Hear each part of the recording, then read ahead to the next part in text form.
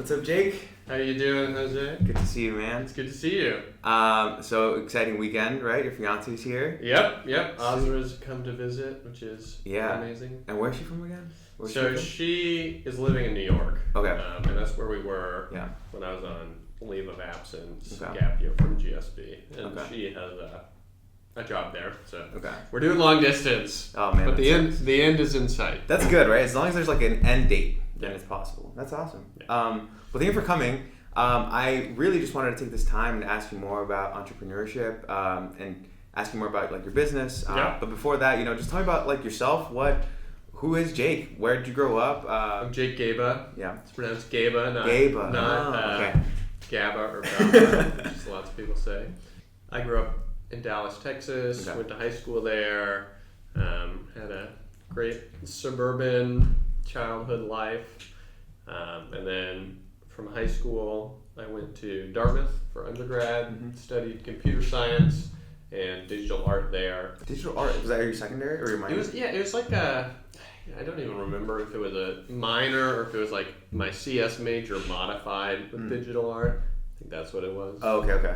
But it was essentially the major component of my classes at Dartmouth is like 70% normal CS classes, 20% like digital art CS classes, so like graphics, that kind of thing, and then 10% just straight up art classes. That's so like fun. Animation, 3D modeling. Even took like a drawing and a painting class as part of my CS major. No way. So that was Dartmouth, and then after that, moved to China. I did a 1 year. Right, Schwarzman's, right? I did a 1 year master's in Beijing through a program called Schwarzman Scholars Program, which was amazing. It's bringing people from all over the world to live in China for a year. A lot like the GSB experience. Yeah. That it's like you get to meet amazing people. Can you speak Chinese now? A little bit. You drop I haven't spoken in a while, but at the time you drop me in the middle of Beijing and I can get around and get whatever I need. Wow. Yeah. So I've been studying Japanese. Japanese is tough because of the actual writing, the kanjis and everything else.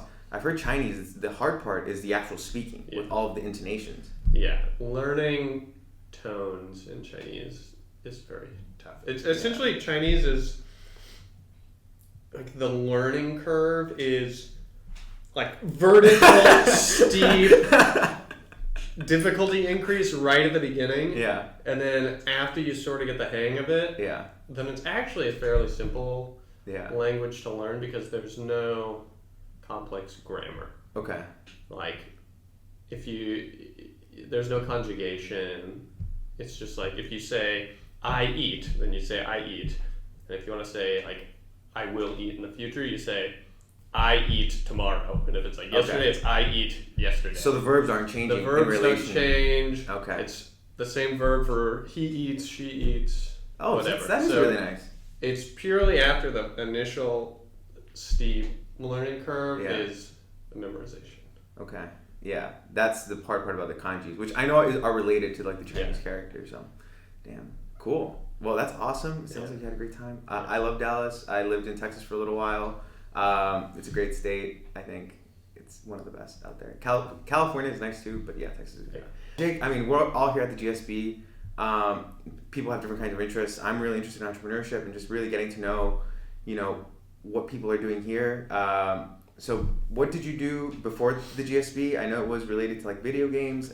Tell me a little bit about that. Yeah. So I bounced around a bunch. Okay. So after finishing school, finishing undergrad, finishing my master's in China, I actually moved to London and worked in advertising. Oh, wow. So I worked at this company called WPP through their essentially management rotational program. And WPP is this big conglomerate that owns a bunch of media agencies, advertising agencies. Okay. So I was there about 9 months before I realized big company life was not for me. So I left London, moved out here to the Bay Area, and with a job or no job? Just with a job. Okay. So I joined my a friend from undergrad had been working for a couple of years on a startup. Cool. And he and his co-founder got into YC, and then they recruited me as their first employee. No way. Yeah. So I packed up my bags, moved out here. We lived in a house in Palo Alto and like did the startup thing. It was like 7 of us in a house. I was sleeping in the attic. Oh my God.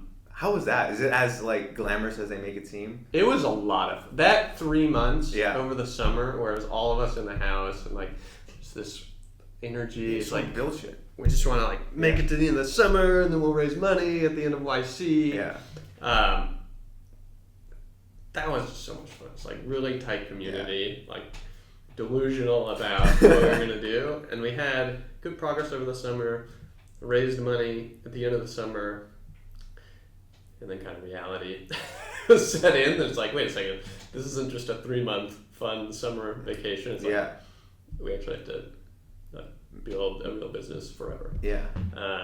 So we moved from Palo Alto into San Francisco, and I was the only person other than the co-founders who stayed on after the summer. So it's now went from like 7, like high energy, to 3, like grind. Yeah. And it was a really interesting experience. Learned a lot about starting a business, what you need to do, the people side of things. Yeah, of course. What did that business focus on? So it was a business called College Pulse. Okay. And it did polling focused on college students. Okay. So it was essentially a like Yik Yak meets Survey Monkey. Yeah. Which is the ultimate vision, to get students from all over the country answering survey questions and asking each other different questions. And that was the initial big vision. It's like, we're going to be the next Facebook. Yeah.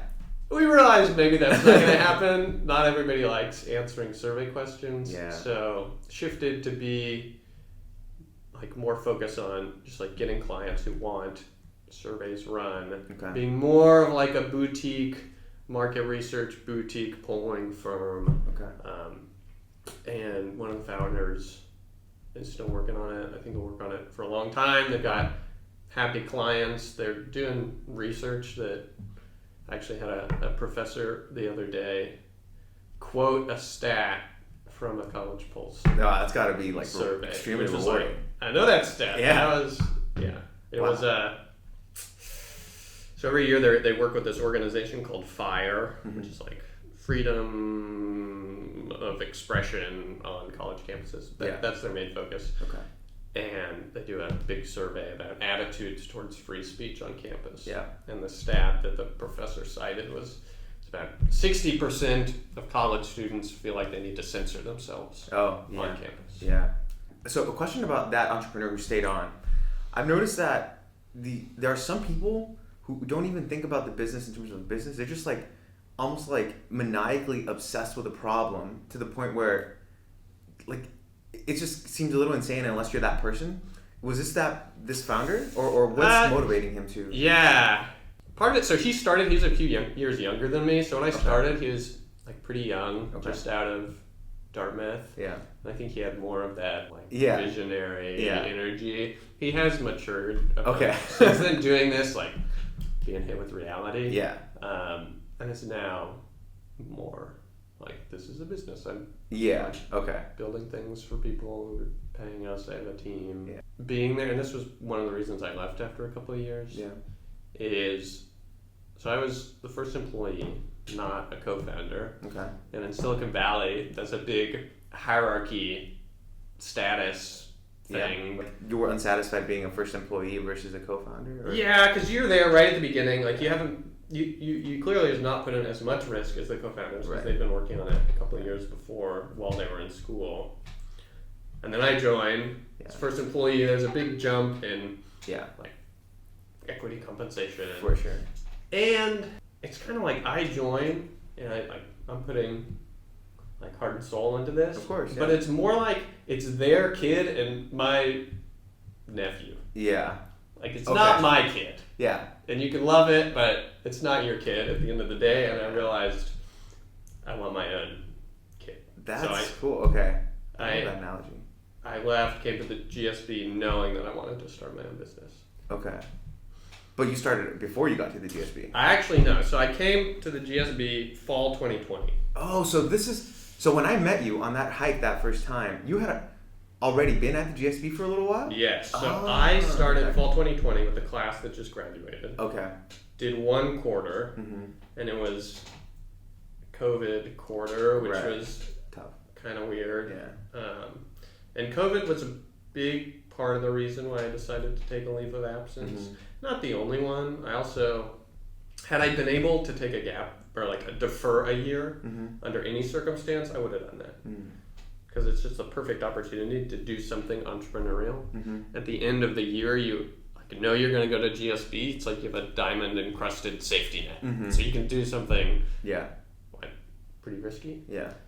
So when they gave us the opportunity to take a leave of absence, essentially no questions asked, hopped on that. Yeah. Left after the quarter, and then for all of 2021 was on a leave of absence before coming back and rejoining. The new class. Yeah. Okay, so you take that leave of absence, and that's where you start. What would you call it? Indifferent Broccoli? Indifferent Broccoli. Okay, so obviously a bunch of different questions there. First one, well, what does the business do? So Indifferent Broccoli is a video game server hosting business. And what that means is, so for some like niche of games, the multiplayer is not exactly built into the game. So the most popular game where this applies is Minecraft. Oh, okay. If you want to play Minecraft on your own private world with your friends, that's actually not something you can just click a button in Minecraft and do. Oh. You have to rent a server from a third party or run the server on your own computer. Yeah. And then you get an IP address. And then in Minecraft, you like give it the IP address to your friends, and you and your friends type in the IP address into Minecraft, and then you have your own private world. Okay. And there's a handful of games where this applies, where there's this third-party ecosystem of like specific for games server hosts. Okay. And so you guys provide the servers? Yeah, so I don't own hardware. Okay. I lease hardware directly from data centers, and then I rent out space on those servers to my customers who are just like gamers playing with their friends. And then in the middle of that, I also have a custom built dashboard so people can control their settings on their server. Interesting. So it's like you're a digital landlord almost? Yeah, digital landlord. That's a great way of putting it. Okay. And then what kind of settings are they interested in changing? So different games have different settings. The most it goes from, what do you want to name your server? Do you want to just like a welcome message to pop up when people join in? Oh, okay. Those are the basic, and then there's more game specific settings that are like, do you want to gain experience faster? So like every time you kill a zombie, you gain X experience. Like you got a 4 times multiplier, so you can change that so the pace of the game is different. Or do you want to do like a damage multiplier in half so that it's harder. It's harder to die, or it's easier to die. Yeah. Super interesting. Okay. So it's like you get your own version of the game, and then you can bring your friends on. Are there any other use cases, like, or is it just if you want to do it privately, or do sometimes these things get so popular they become their own little business? The most popular use case, and it does kind of vary by game, is private server for you and your friends. There are people that they like host their own server in order to make it public and get a lot of people to play. So in the games, there's also a server browser, so other people can find your server. So for one game, it's called Project Zomboid, which is kind of like a zombie survival game. One of my customers runs a public role-playing Project Zomboid server. So that person is like advertising their server on Reddit and different Discord servers in order to get strangers to all come and just play on their world. So it's almost like their own little island that they control, and they bring people on, and it's just a fun place to play and hang out. And people will monetize the servers. So like, how did you get involved in this world? So my customers now are who my friends were at high school. So it's just like mostly like late teenager, early to mid 20s guys who, I kid you not, I can look at the names of the servers that people have, and it's like half of them are Big Falls 69. It's like some variation of that are just like trolls are my customer base. That's hilarious. So that's partly where the name comes from. Indifferent Broccoli. Okay, yeah. Is my friends and I in high school, we started a lumberjack club at our school, and we made our own mascot for the club, which was the Indifferent Lumberjack. And we started drawing cartoons of the Indifferent Lumberjack, and there was a whole cast of characters: the Indifferent Lumberjack, the Indifferent Lion, the Indifferent Broccoli, and we draw all these characters. That's so hilarious. Okay. So why, out of all the characters, why broccoli? Yeah. So I would have done Lumberjack, but AWS has a service that's called Lumberyard, and I didn't want that to be confusing. Too close. And also broccoli is just kind of... It's just kind of funny. It's just absurd. Yeah. So I knew, like, when I tell people here that I run a business called Indifferent Broccoli, they'll like think it's funny, but they don't get it. Yeah. But my customers, who are all these like high school nerdy guys, they're like, yeah, that's great. That's awesome. Wow. So here's the logo. I don't know if you can. This is the Indifferent Broccoli.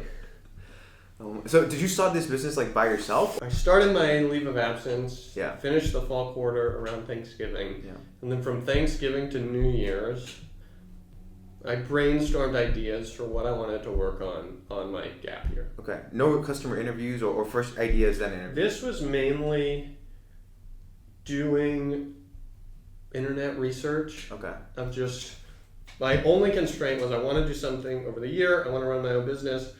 I want it to be video game related. Okay. So essentially would spend a couple hours every day reading different articles about video games, like pursuing questions I had about like, oh, that's interesting. I wonder, like, who is the customer for this type of game designer? And I'd like explore that. Yeah. I essentially built out a value web of like, okay, game designers give part of their money to Steam. Yeah. Steam gives part of their money to their own designers, and maybe Steam has infrastructure, so Steam pays their own hosts, and then some game designers pay their own hosts, and then there's streamers, and streamers will purchase mics. So do I want like a microphone business just for games? And I just like explored out all the different facets of gaming through the like strategy of thinking who's the customer of that person, and then who's the customer of the customer, and just sort of following the money. Yeah. And so over spending about 6 weeks doing that, I had maybe like 100 ideas for what I could work on over the year. One of those ideas was, what if I don't start from scratch? What if I buy a business? Yeah. So I Googled, this was partly inspired by search fund stuff here, but at a very small scale. So I Googled video game SaaS company for sale. And on the second or third page of Google was this guy's website. His name's Ali. Okay. And it was alidigitalbroker.com. He was like his own boutique M&A advisor, business broker. He had 5 or 6 businesses listed. Yeah. One of them was this video game server hosting business. I was like, that looks interesting. I'd like more information, Ali. Spoke to Ali, then got on the phone with the seller. He and I clicked right away. Okay. So he's my age. He'd been working on his own server hosting business for a couple of years. And it was just running on the side. Like he spent a couple hours a week just having it going. He was also a pretty entrepreneurial guy, so he had a few projects going on at once, one of which was this server hosting business. And I was like, hey, you're kind of tired of this? He's like, yeah, I'm tired of it. I don't really want to do entrepreneurial stuff as much anymore. I just want to go get a job at Google. Wow. So that was his motivation for selling it. I was like, that's perfect because I have a year to work on something. I'll take it off your hands. Yeah. So then went through, it was probably about 6 weeks total of due diligence, of like doing a bit more research on the server hosting market, like looking through his Google Analytics and Stripe account to make sure everything that he'd said was true. And at the end of those 6 weeks, from my first outreach, after 6 weeks, there's like funds were released from escrow, and I took over. Wow. Okay. And as that happened, did you have a plan of what you were going to do with that business to like increase the value of it? Yeah, that was part of the due diligence, was coming up with a plan. So his business was called 7D2D Server Hosting. Okay.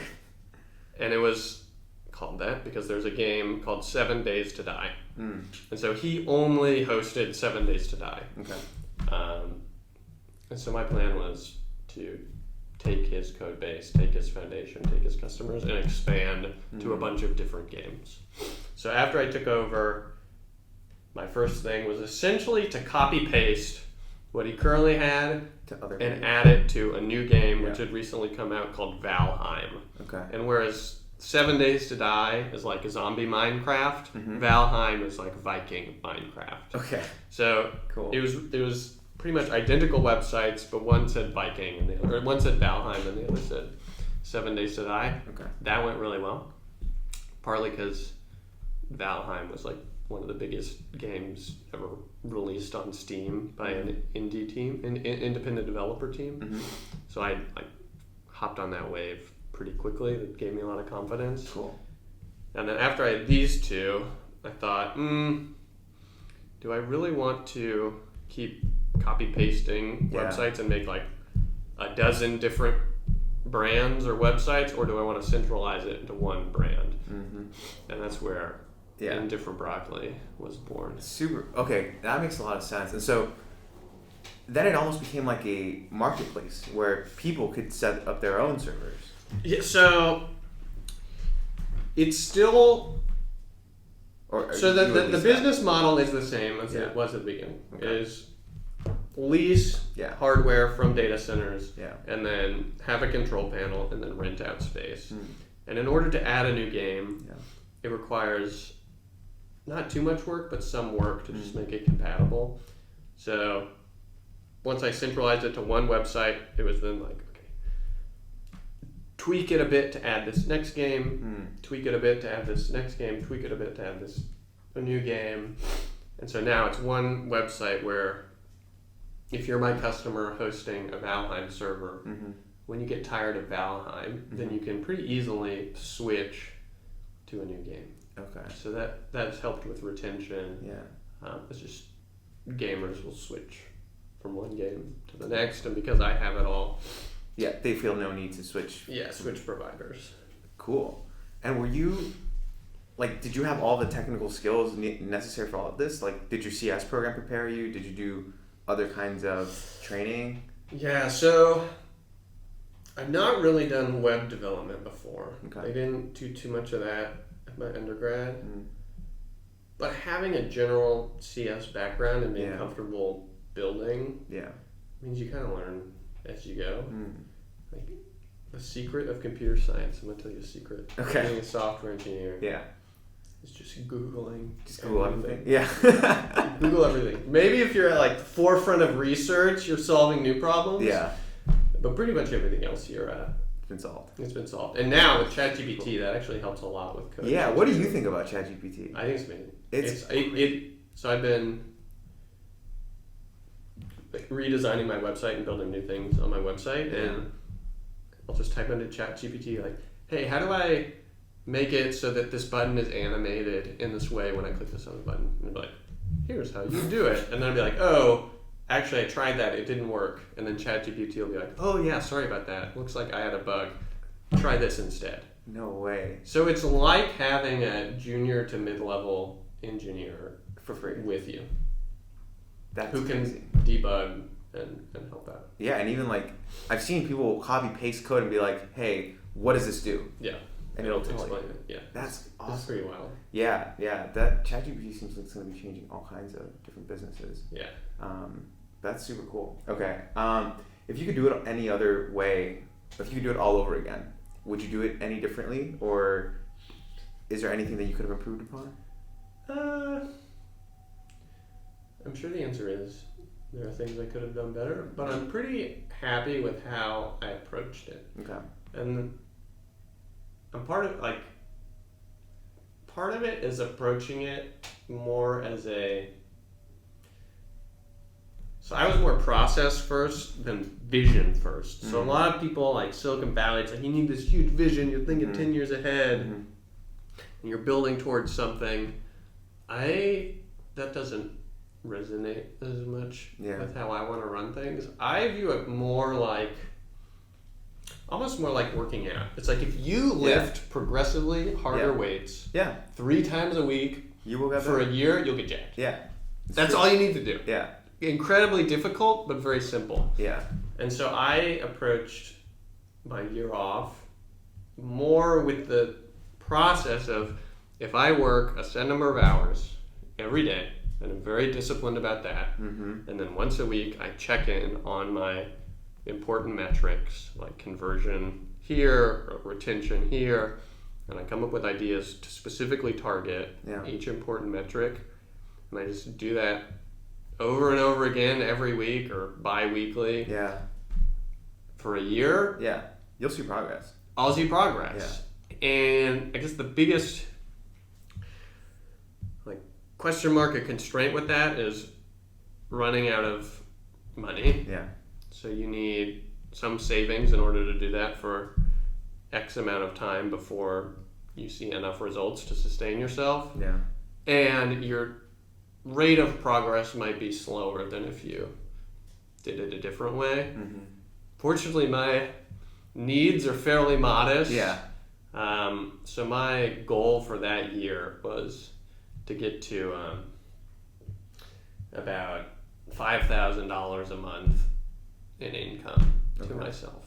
And that started from the business when I acquired it, did about $1,600 in revenue, about $1,200 you could put in your pocket or reinvest back into the business. Yeah.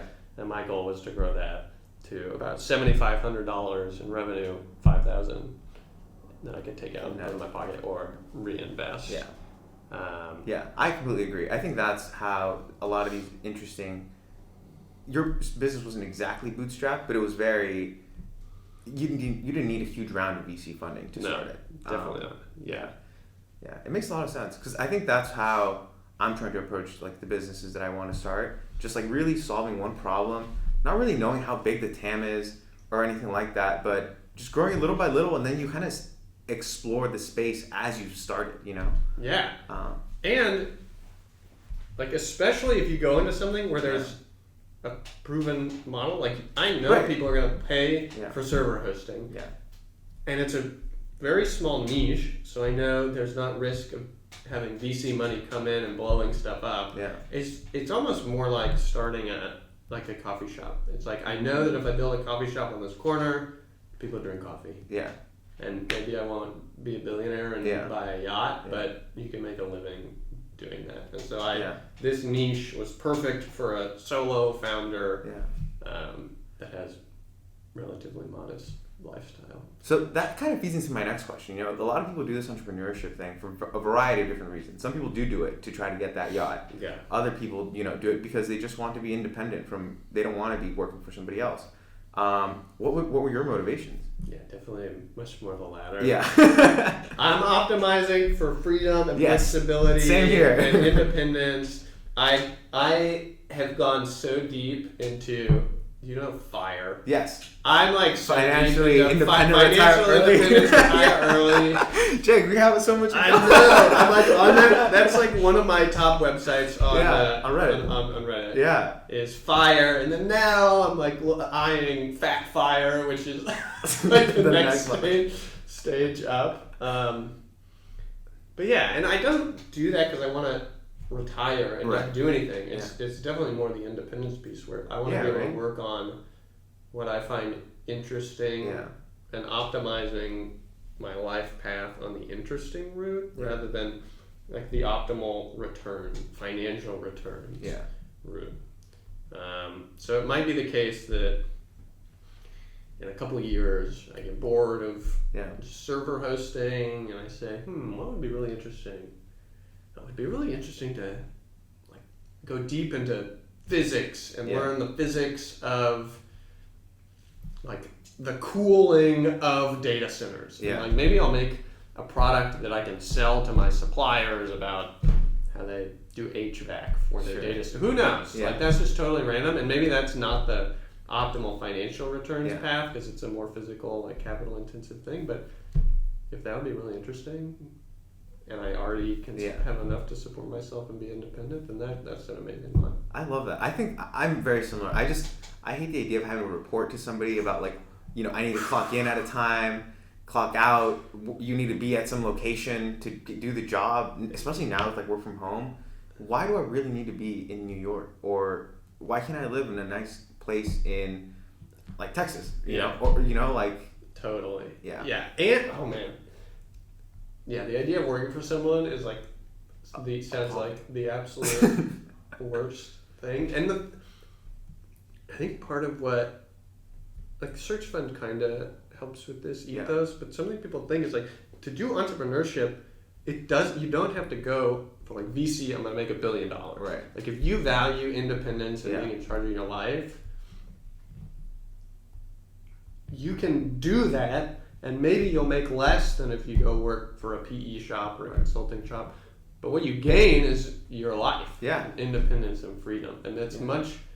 And you got one of those. Yeah! And that's much more... It's more manageable and possible than I think a lot of people think. Yeah. I think the other thing, too, is like with those jobs, people forget about how much they sacrifice, too, in terms of like, you're not going to be there in the nice moments with your family because your job tells you need to be somewhere. With your kids, a lot of these like top level executives have to sacrifice a ton because somebody else is telling them they need to be over there. Yeah. Like I would hate to be put in that position. That's a big reason too, like why I value my freedom. Yeah, totally. And that's part of my motivation for not wanting to take on investors, even if I could go faster, not wanting, at least for now, to bring on a bunch of employees. Like it works both ways. Like I don't want to be responsible to or responsible for people outside of my family. And there are trade-offs with that in terms of how fast you can go, how big you can get. But it's a trade-off. Has it been more difficult while you're here in Palo Alto? Like have people been throwing you money? You're like, hey Jake, we see you. No. Okay. Well, I mean, a lot of it. So I've invested a lot of time, not so much into VC world out here, but into search fund world. So I interned at a search fund investment firm called Relay. They invest in searchers. And so I've been part of that community, developed a lot of relationships with searchers and search investors. And I mean, they're very keen to invest in anyone out of GSB. So that's been an option for me. I wouldn't say temptation, but definitely a path that I heavily considered. But ultimately, you get a lot of autonomy with that, but ultimately you're still beholden to the people. You're still beholden to someone. Whereas if you're on your own, it's like Wild West. It's like you design your life for real. It's like a video game. Yes. Like it's like those MMR. So I didn't really play a lot of video games growing up, but I did play one, and I got really into it. It was called RuneScape. Oh yeah. I got like super Jake. I spent my middle school and like my freshman year playing this game. I got like super like strong, and I got a whole bunch of like money on it. I got into like they had a whole gambling scene where you could like set up a virtual casino. My cousin and I started doing virtual gambling. Like we set up a virtual casino. I love that. Oh my god! Wow, what a fun time! That's where I got scammed for the first time, and I realized, people are mean in the world. People on the internet malicious. Totally. So it's like, don't believe everything people say. So it teaches you a lot of interesting life lessons in a relatively safe environment. For sure. For sure. Yeah. No, what a good time. RuneScape's great. I didn't play RuneScape too much. I played World of Warcraft a bunch. But like, yeah. No, and these games are getting like super popular. I know like what's a big? It's World of Warcraft is huge, but then there's League of Legends. League of Legends is huge. And there's like one other one that was like very related to League of Legends. It looks very similar. Dota. That's it. That's the one. Yeah. Yeah, these games are. What do you think? Like, do you think those leagues will continue to grow? And also, like, what do you think about like blockchain gaming? Have you thought about that stuff? Well, first talking about like the games like League of Legends, it's like League of Legends is, I think it's like 15 years old almost. Yeah. It's crazy to think that it's still around. It's still popular. Like I don't know what would. It's like asking, is chess ever gonna disappear? It's like maybe it'll go through ebbs and flows of popularity. I see that as like League of Legends or that genre of gaming. It's like maybe it'll go through ebbs and flows, but it's clearly something people really enjoy playing. It's a great game. It's a great sport. Yeah. So I games are only gonna get better and better. I'm so excited about games. Not as excited about blockchain Web3 stuff. Tell me. Partly because I'm anti-hype. Okay. In like every way. Okay. So like you're like generative AI boo, blockchain blue. Generative AI, like that phrase, just like buzzword phrases. The idea, or just like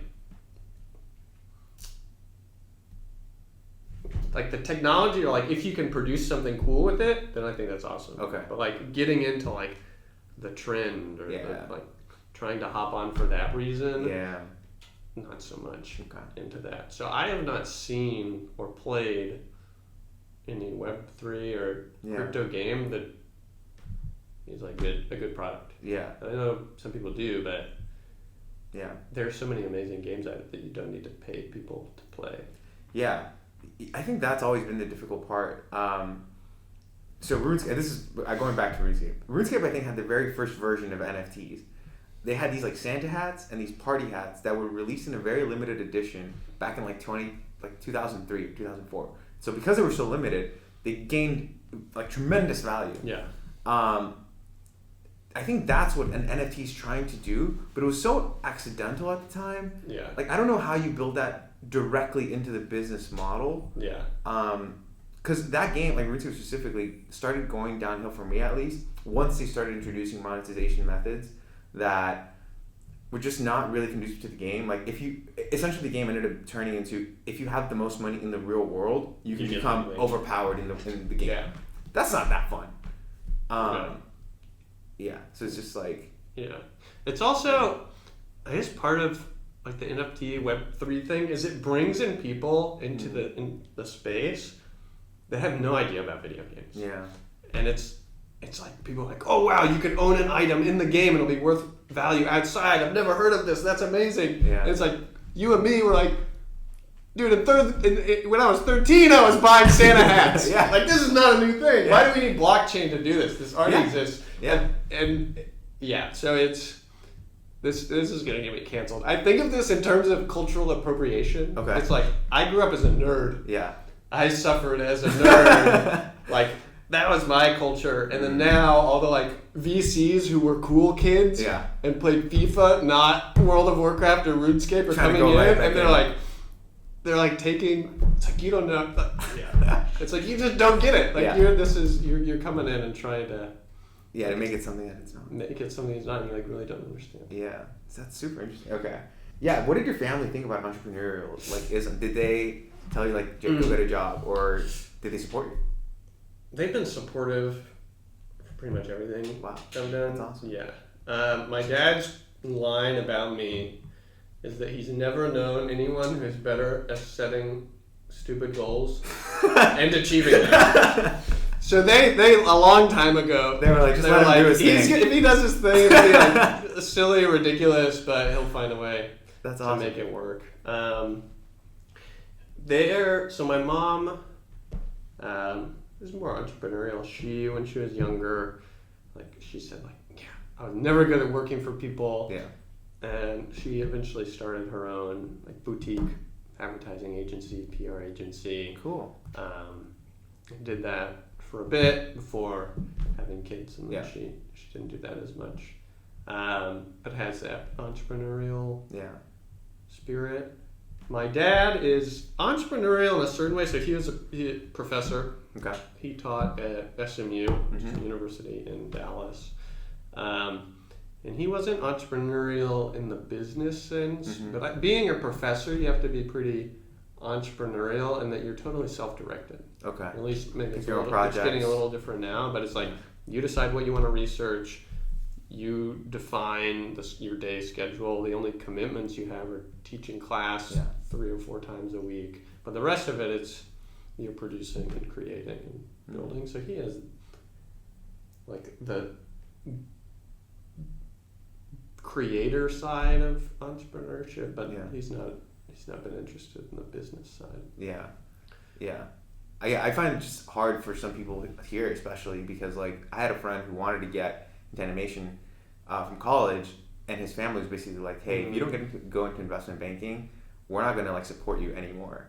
I think that would be really hard. I thought that was so tough. That's one thing I'm very fortunate to have, is have parents who are open and supportive.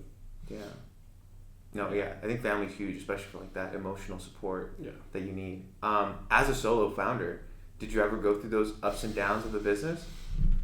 So part of not wanting a co-founder, part of the independence part of it, is like I don't want to have to justify decisions and have to win someone else's approval for a business decision or a like direction decision. So I'm very happy I'm doing it by myself. But I don't know if I could do that in the like meta game of motivation and like loneliness and stuff without having a life partner. So it's the fact that I have Azra, my fiance.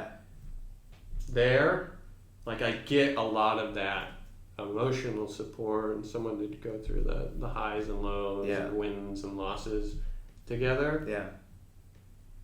But she doesn't need to be my Indifferent Broccoli business partner. But if I didn't have her, then it would be very tough. I mean, I hear that's a very common reason to have a co-founder, just for that emotional support. But it's cool that you're able to get that outside of your business. It's kind of what I was saying about it's like working out. You just need to be disciplined for a long period of time. The meta mind game is the challenge. Everything else can be solved. That is probably the hardest thing. It's like just being able to keep doing it for a long period of time. And I guess you have to love it too, right? Like, I mean, it helps if you really love it. I don't know, you necessarily have to love the space or always love the space or always be passionate, but you need to be interested in it at least. I actually had a thought about a line that I could just like tell someone, and I don't know if it's totally true. It's like people say like, find what you're passionate about. Like, then you might make bad decisions. Find something you're dispassionate about that you can like look at objectively and can problem solve and like not get emotionally invested. Like the probably the worst decisions I made with Indifferent Broccoli are the things I'm more emotionally invested in, like redesigning the website. That's not the most important thing that's going to move the needle. It's just the aesthetics of the website. It's not unimportant, but it's not the most important. But the like importance to how much time and energy I put into it is way out of whack. Because how it looks is like something I'm emotionally invested in. It's like, these are my designs. Like, I want it to look good. And so, like, it's good to have some of that. But if I were totally dispassionate and just looking at it more like, I'm just building something and need to have a step away. Being dispassionate is good. Interesting. Okay. All right, Jake. I'm gonna make that the quote under the description. What have you liked about the GSB the most? What have you disliked about the GSB? One challenge with the GSB was coming back from leave of absence. Straddling these two classes. So I came back and I had friends from my first quarter, and then I left. Kind of stayed in touch, but not really. And then I came back, and they'd had a full year to develop their relationships, so they were way tighter. And then I also wanted to dive into the new class, but you all had the fall together, which was really intense. So was kind of this straddle. Do I want to invest more in my original class, knowing they're going to be gone? Yeah. Or do I want to double down on integrating with the new class? That was just pretty tough for at least a quarter and a half. I remember when I came back in January, and the first 2 weeks were over Zoom. Mm-hmm. And there's like no one around because a lot of people were skiing. And so I come back, I'm like, I hardly know anyone. Yeah. Everything's over Zoom. How can I even like meet anybody? Like I can't just walk into Arbuckle and be like, hey. Yeah. It's great to see you. It's like being lost a bit. So that took a lot of effort to like actively, proactively try and build relationships. That took at least through the end of the first year. And now I feel much more integrated. I've talked to some of my other leave of absence friends, and they're like, Jake, I can't believe how much you've like integrated with this new class. Yeah, I mean, we all like love you and hang out with you. Yeah. Yeah. How did you reintegrate into this class the most? Partly was class selection. So trying to pick classes that were more interactive. So like taking a bunch of Keith Hennessy classes. Mm-hmm. Those are classes where whether or not you learn anything in the class, which I think you do. Yeah. Even more than that is you learn about your classmates. Oh, for sure. Because people are talking about what they care about, their values. The whole class is back and forth. So that was a way to become known and to get to know other people. Okay. So course selection was one. This was a bit more in the second year, like diving into clubs a bit more. So getting more involved in search fund community, trying to build up the Adam Smith Society, make that more a social thing, a community. And Wardo and Sam have been like great co-conspirators in that. It's like I think a lot of our interactions have been through there. Yeah. So that's one way to. Yeah. What have been your favorite things about the GSB? Favorite things? I love a school environment. Like I just love being around a bunch of people that are excited to do stuff, dream about stuff, get to know you. Everybody's curious and open. Yeah. That's what I miss so much from college. And I was like, I need to be around people who are just like so driven and like are eager to do anything. Like whenever you ask somebody like to do a project out in the real world, you kind of like unsure sometimes if they're actually going to follow through. At the GSB, like sometimes we'll like procrastinate to like the very last moment, but it'll get done, you know? And I don't know, I just love that sense of safety that I just hear. I've been trying to like ask people if they want to work out with me. Sometimes it works, sometimes it doesn't, because I think it's kind of hard to like do a workout like if people are out of breath and stuff. But I think my next tactic is I'm gonna get into wine tasting over the course of the summer. I need to get into golf. I don't know if you've gone into it. I've never played golf. I'm gonna try to get the class here that they offer next quarter. But yeah, I think there's like some fun little activities that you can use. And also this podcast. So I love. Yeah. Like, I think it's so cool. I actually, when at Schwarzman, I like dabbled in doing some sort of interview podcast thing, and then unlike you, I dropped the ball and didn't continue it. But it was something I was so excited about. It's like we have such amazing people concentrated. Every single conversation is going to be worthy of a podcast. Right, and exactly. Also, a lot of our classes, some of my favorite classes at least, are like podcast classes. I'm taking the term from Jeff. Jeff called them these classes. So it's classes like sports business management, where you get speakers and they literally just talk the entire time. A lot of my friends have a ton of experience actually. Why don't I just like talk to them and see what they think about these things? What have been your favorite classes here? Favorite classes? I'm Just a Bill was really fun. Okay. Just as like the like craziness of bringing people together, doing a quarter-long simulation of this like model Congress. Okay. So what is that? So what is I Am Just a Bill? I'm Just a Bill is taught by Keith Hennessy. And it's designed as a simulation where everyone's a member of Congress. You know, they're in the House of Representatives or in the Senate, and throughout the quarter you have to pass different bills, and the bills take a form of essentially a policy survey. It's like circle this answer for what the policy is going to be for this question, policy is going to be for this, policy is going to be for this. And everybody has their own private priorities worksheet about what policies they want passed. Mm-hmm. And everybody's just slightly conflicting. So it's like real life, what is being a politician in Congress, being a policymaker like, and it's also like it's just a full game for the quarter. I think it'd be so fun if when we entered GSB, for the first quarter, we didn't take any classes, but everybody did that. And that's your introduction to the GSB. It's definitely one of the most practical classes too. Yeah. It's like you can take a negotiations class, or you can be a part of this extended simulation where you have to negotiate. Wow. And it's like you're actually... And at the end, somebody gets elected, right? Like so someone gets elected in week 1 or 2. There's an election for president, and the president has a different role. Okay. But yeah, and then Keith will like throw in things throughout the quarter to like explode, or blow up the conversation. Yeah. Cool. Well, Jake, I think this was super fun, man.